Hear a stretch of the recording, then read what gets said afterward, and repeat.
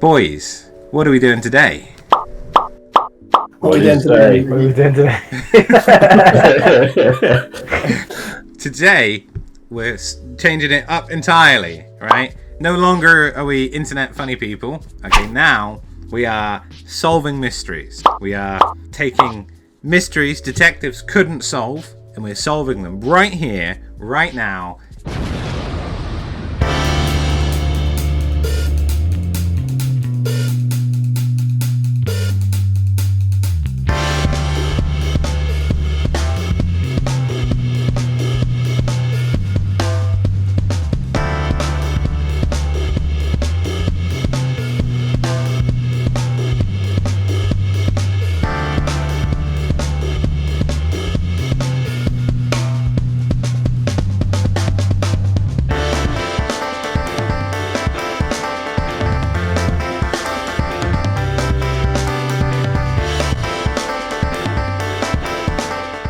How confident are we all that we can solve some of these unsolved mysteries? Super confident. Good, Kyle. I'm really glad that you thought that, because you happen to be our chief detective. Okay, we're going to look to you for advice on how to solve these mysteries. Okay. Okay. Okay. Okay. All right then. This is the Voynich Manuscript. Okay.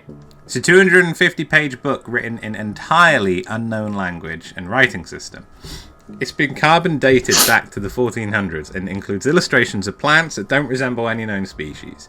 It's named for the Polish book dealer who purchased it in 1912. It is believed to have been intended as a medical text. Its first confirmed owner was a chap called George Baresh, an alchemist from Prague who discovered it, taking up space in his library. He tried to investigate the manuscript's origins, but to no avail.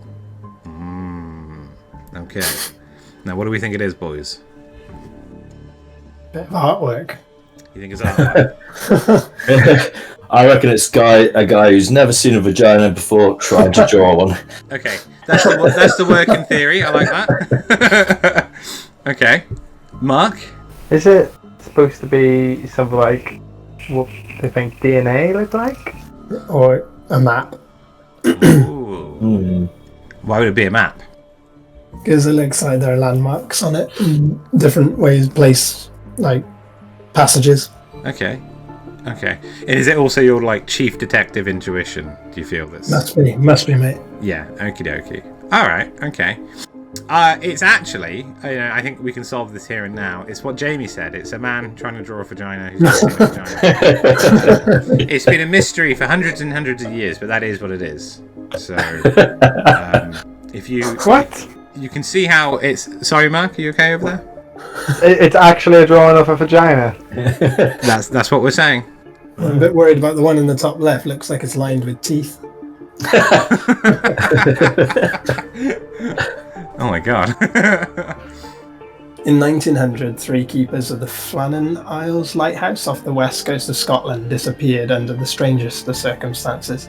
The lighthouse was manned by a 3-person team, Thomas Marshall, James Ducat and Donald MacArthur, with a 4th man rotating it in from shore. On Boxing Day, December 26th of 1900, the relief keeper arrived to find none of the lighthouse keepers present. The only sign that anything was amiss was an overturned chair near the kitchen table. No bodies were ever found.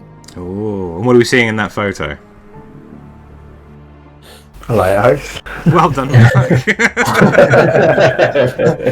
Typical Scottish weather day. Yeah. Okay, boys, let's put our heads together. What do we think happened?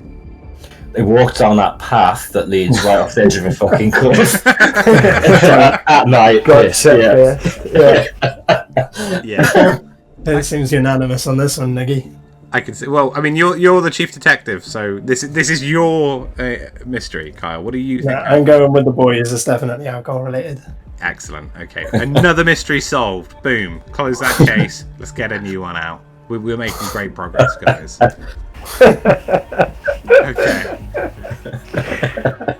The Big Grey Man is an inhuman creature that is said to haunt the summit and passes of the second highest peak in Scotland, Ben Macdhu. In the native Scottish tongue, the creature is known as Encephalitis, like the Yeti of the Himalayas and Bigfoot, also known as Sasquatch of the American Pacific Northwest. The Big Grey Man has been sent by a few eyewitnesses. What makes the Big Grey Man particularly frightening is that his physical characteristics don't resemble that of a bear, and thus sightings can't be dismissed as bear sightings. Those who have seen the Big Grey Man describe it as an extremely tall, over 10 feet, and human-like, with short hair, broad shoulders and long arms. Nearly all reports of sightings include the sound of gravel crunching beneath footfalls. Some kind of weather phenomenon, I reckon. You can tell that the water, there's water vapor around this, isn't there? And that's why the light's being refracted and creating a rainbow. So it's definitely weather related. Okay. It's the peak in ice off the mountain when the sun comes through it. Okay. But why would that make it look like a big tall grey man? Light, I guess. It's just the shape of the ice across the mountain. Where the light's passing through and where the light's not. Some exposed rock or something. Okay, good. Hey, another one solved, I think. What do you think? I think we're onto this. Excellent. Okay. Alright, I'm going to have to start busting out the harder ones. Alright. From 1917 to 1928, 500,000 people were afflicted with a ghastly condition that could be part of the plotline of a horror film.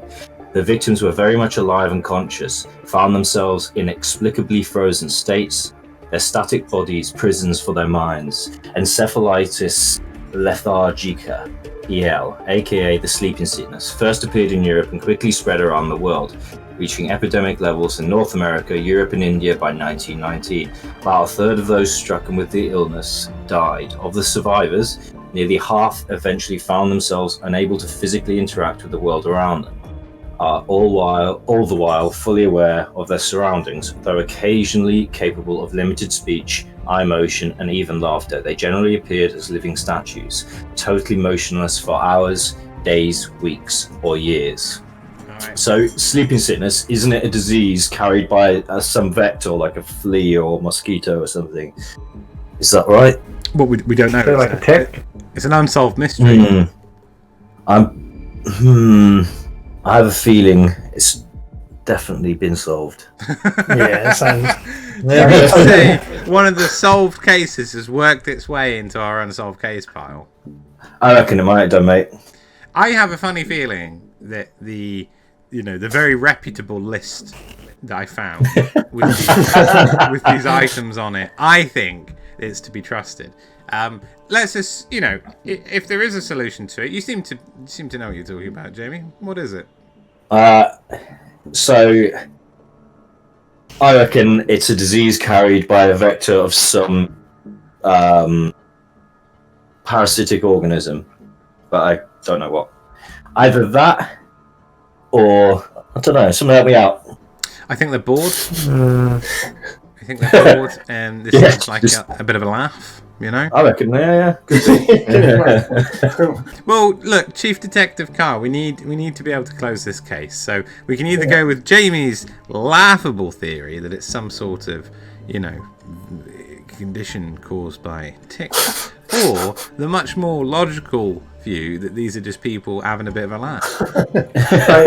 Well, fair enough. Yeah, What? What was that? fair enough. Yeah. Okay. Does anyone have the answer? Who knows? Well, yeah. Well, we know. That's the point of the video. We're gonna All decide. right. Well, We're gonna explain. let's do it. All right. What do you think's happened? Chief Detective Carl? I don't know. Reckon maybe, it was just a really bad batch of beds or something. Excellent. All right. Let's close this case. We're done. Okay, let's move on. Bad beds. In December 2016, a CIA officer checked into the American Embassy's health office in Havana, suffering from nausea, headache, and dizziness. Days later, 2 more CIA officers reported similar ailments. By late 2018, the number grew to 26 Americans and 13 Canadians experiencing nausea, hearing loss, vertigo, nosebleeds, and focusing issues. In all the cases, victims claimed that the symptoms were triggered by a strange noise they'd heard at their homes or hotel rooms. One person said the noise was high-pitched, another described a beam of sound pointing into their rooms. Some insisted that the noise more closely resembled marbles rolling along the floor. The illness confounded medical experts. Doctors at the University of Pennsylvania who examined some of the victims diagnosed concussion-like symptoms, but found no signs they'd suffered concussions. Recordings of the sound from some of the victims only added to the confusion. Two scientists who studied the recordings believe they captured the sound of lovelorn male crickets. One of the scientists, Alexander Stubbs of the University of California, Berkeley, says the insects are incredibly loud. That is an excellent bit of information to just have in there. You can hear them from inside a diesel truck going 40 miles an hour on the highway. In May 2018, an American posted in the consulate in Guangzhou was diagnosed with the very same mystery illness. Ultimately, 15 Americans were evacuated. So, to summarize it, it's a sound. It's a sound that makes people sick. Okay? Here is the sound. Cheers, mate. Really appreciate that. My headphones. Pop your headphones on, have a listen, boys.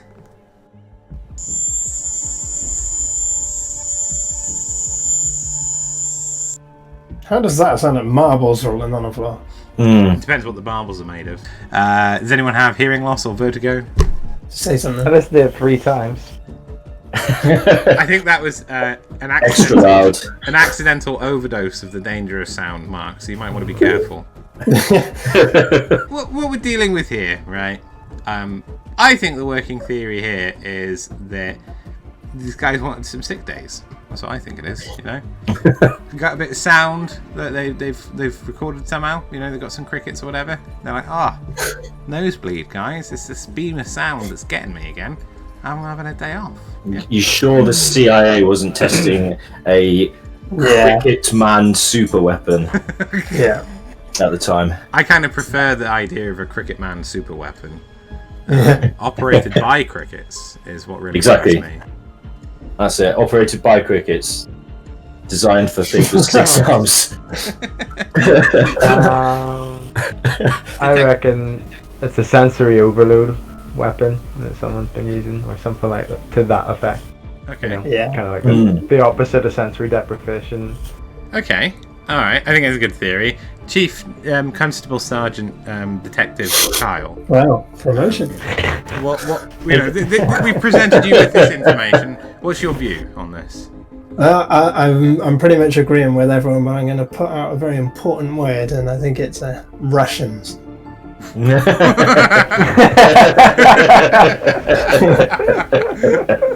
that in relation to this case, or is that just a word separate that you quite enjoy? It's obviously some kind of sensory weapon, like the boys suggesting, and prime suspect.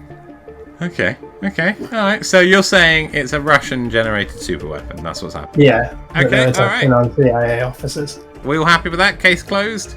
I'm happy with that. Great. Okay. Mark, continue. I think the overdose of the sound has gotten to him because he's gone incredibly quiet. I just need a minute. All right, boys. That's it. That's the detective. That's the job. Put your hats away. Put your coats away. We are done with your detective life. Do you feel accomplished now that we've solved 7 mysteries? Exhausted, mate. Exhausted. Yeah. It's a hard work. It's a thankless task.